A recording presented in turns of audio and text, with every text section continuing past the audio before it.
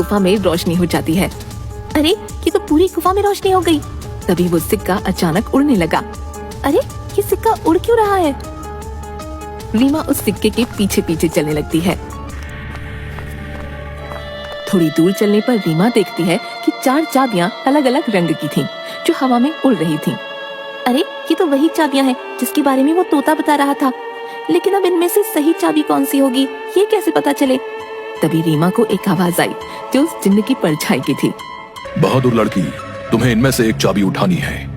याद रखना, तुम्हें एक सही चाबी उठानी है, लेकिन याद रहे तुम्हें बड़ी होशियारी से ही एक चाबी उठानी होगी। अगर तुमने गलती से गलत चाबी चुन ली तो ये चारों चाबियां गायब हो जाएंगी और तुम कभी भी जिनको आजाद नहीं कर पाओगी। ये सुन रीमा हैरान हो जाती है। क्या? हे भगवान, ये किस दुविधा में डाल दिया है। अब मैं कैसे इन चारों चाबियों में से सही चाबी चुनूं? काफी देर सोचने के बाद रीमा देखती है कि चारों चाबियों में से एक चाबी बहुत बड़ी थी, जो लाल रंग की थी, और जिस चमकदार फल के गिरने से वो तोता बना था वो भी लाल ही रंग का था। रीमा समझ गई कि लाल वाली चाबी चुननी है। उसके लाल चाबी चुनते ही बाकी सारी चाबियां गायब हो गईं। और फिर से जिन्न की परछाई की आवाज आई। शाबाश बहादुर लड़की, तुम्हारी सूझबूझ की वजह से आखिरकार तुमने बिल्कुल सही चाबी चुन ली। अब जाओ उस खिड़की के पास और खोल दो उसे। रीमा उसी खिड़की के पास जाती है।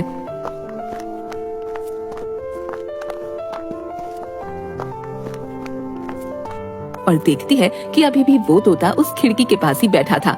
ये देखो, मैं इस खिड़की की चाबी ले आई हूँ। तुम वाकई बहुत बहादुर हो लड़की। अब तुम इस चाबी से इस खिड़की को खोल दो।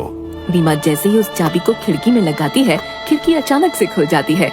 रीमा देखती है उस खिड़की के बाहर बहुत रोशनी थी, जिसकी चारों तरफ बहुत सारे चमकदार फल चमक रहे थे और बहुत सारी तितलियां उनके पास मंडरा रही थीं। वो तोता उस खिड़की में उड़ता हुआ चला जाता है और तोता खिड़की के बाहर जाते ही उस जिन्न में बदल जाता है, जो कई सालों से गुफा में बंद था।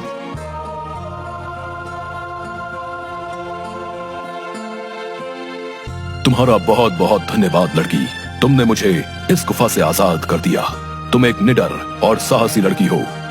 तुम जो भी मांगोगी मैं वो तुम्हें दूंगा। बोलो, क्या इच्छा है तुम्हारी? क्या सच में अब तुम आजाद हो गए हो? अब तुम इस गुफा में नहीं हो।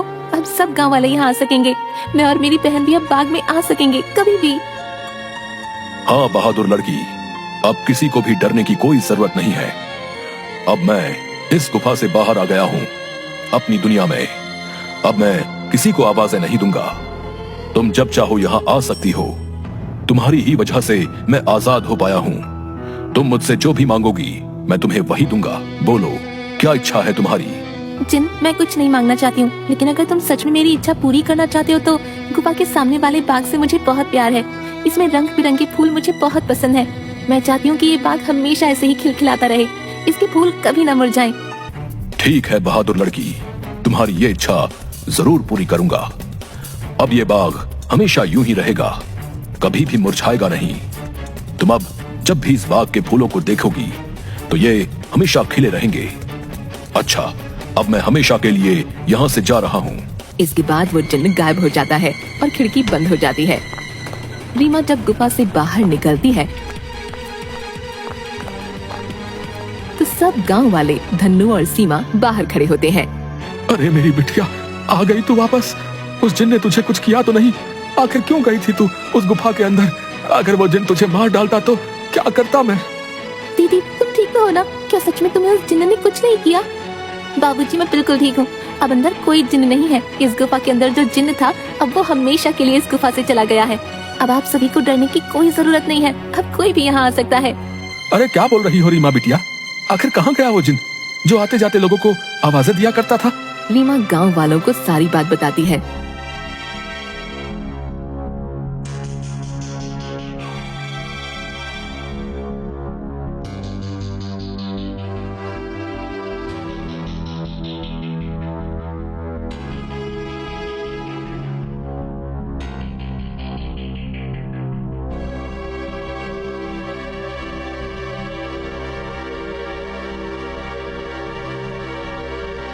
थोड़ी देर बाद गांव वाले बहुत खुश होते हैं और रीमा से बोलते हैं, अरे रीमा बिटिया, तुम तो सचमुच में बहुत बहादुर हो। तुम्हारी वजह से ही अब वो जिन इस गुफा से आजाद हो गया है। अब हम गांव वालों को डरने की कोई जरूरत नहीं है और रांझा की मौत का रहस्य भी सब गांव वालों को पता चल गया। इसके बाद गांव वाले बिना डरे हंसी खुशी गांव में रहने लगते हैं।